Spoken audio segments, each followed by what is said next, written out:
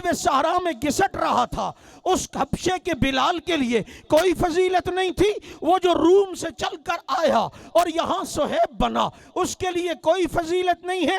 تو اب جو نبی کے صحابہ کو نہیں مانتا اور وہ کہتا ہے جی صرف 3-4 مسلمان باقی نہیں،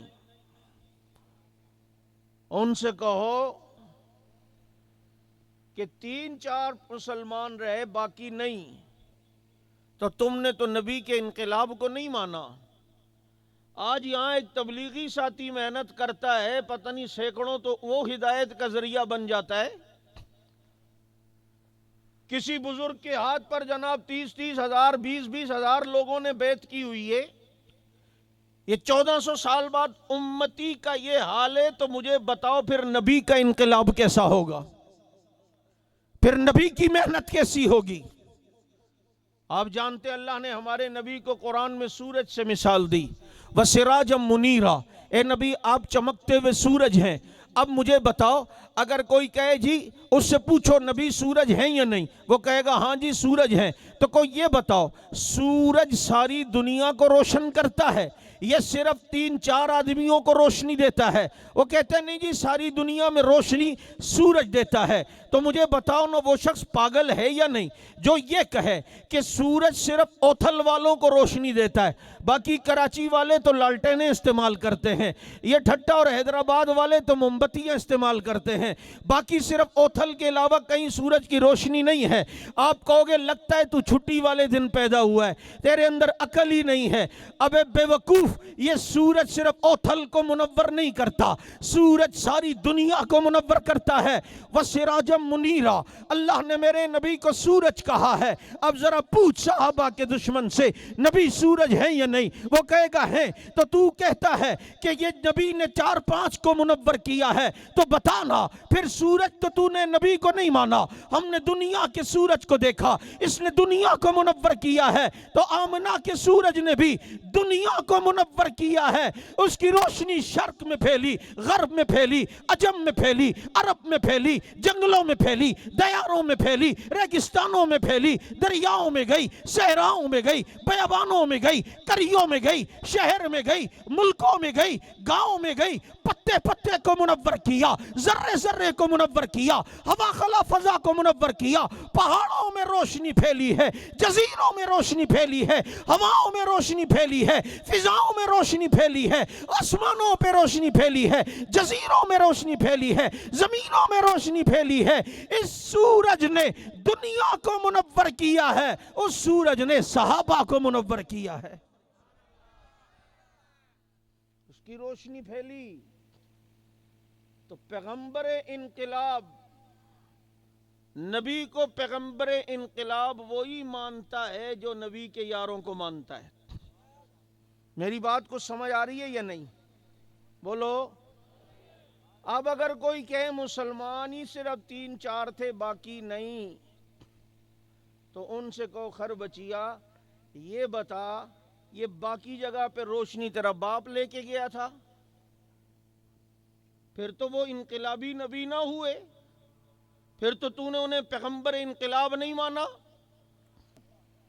دوسری بات سنو، آج ایک طبقہ تمام فضائل صرف نبی کے گھر والوں میں مانتا ہے، اور گھر والوں میں بھی صرف بیٹی، نواسے اور ایک داماد میں، باقی باہر والوں کی فضیلت کا اگر قائل نہیں ہے۔ توجہ کرو، یہاں پر اگر کوئی خدا نہ خواستہ سیلاب آ جائے، آپ کے علاقے کے ناظم یا ایم این اے یا ایم پی او کو حکومت امداد دے، وہ ایم این اے یا ایم پی اے اپنے اپنے خاندان میں وہ امداد بانٹے، باقیوں میں وہ تقسیم نہ کرے، تو یہ مجھے بتاؤ انصاف ہے؟ یہ بات ٹھیک ہے؟ لوگ کہیں گے بھائی قربانیاں باہر والوں نے بھی دی تھیں، نعرے تمہارے لیے انہوں نے لگائی تھیں، الیکشن مہم انہوں نے چلائی تھی، اب جب بات آئی ہے کچھ دینے کی تو صرف تم نے اپنے گھر پہ دیے۔ توجہ کرو، آج اگر کوئی غیر مسلم مسلمان ہونا چاہے اور اس کے ہاتھ میں خدا نہ خواستہ شیعت کا لٹریچر آ جائے، تو وہ اگر اس کو پڑھے گا تو اس میں تو ساری فضیلتیں صرف علی کی ملیں گی، صرف حسن و حسین رضی اللہ عنہما کی ملیں گی، یا حضرت فاطمہ کی ملیں گی، یا صرف بیویوں میں حضرت خدیجہ کی مل جائیں گی؟ تو اگلا سوچے گا یار جس نے مال سارا کچھ لٹایا اس کے لیے نبی نے کوئی فضیلت بیان نہیں کی؟ جو تپتے ہوئے صحرا میں گھسٹ رہا تھا اس حبشے کے بلال کے لیے کوئی فضیلت نہیں تھی؟ وہ جو روم سے چل کر آیا اور یہاں صہیب بنا اس کے لیے کوئی فضیلت نہیں ہے؟ تو وہ اسلام سے متنفر ہوگا کہ یہ کیا بات ہے، ساری فضیلتیں صرف گھر والوں میں بانٹی۔ لیکن جب وہ مسلمانوں کا لٹریچر پڑھے گا اسے نظر آئے گا اگر نبی نے فضیلت اپنے نواسوں کی بتائی ہے تو وہیں پر نبی نے فضیلت حبشہ کے کالے بلال کی بھی بتائی ہے، اگر نبی نے فضیلت اپنی بیٹی کی بتائی ہے تو وہاں پر نبی نے فضیلت باہر رہنے والی مسلمان عورت کی بھی بتائی ہے، اگر نبی نے فضیلت اپنے داماد کی بتائی ہے تو نبی نے فضیلت باہر سے آنے والے صحابہ کی بھی بتائی ہے، اگر نبی نے جنت کی بشارت گھر والوں کو دی ہے تو جنت کی بشارت باہر والوں کو بھی دی ہے، اگر نبی نے فضائل اپنوں کے بتائے ہیں تو فضائل باہر والوں کے بھی بتائے ہیں۔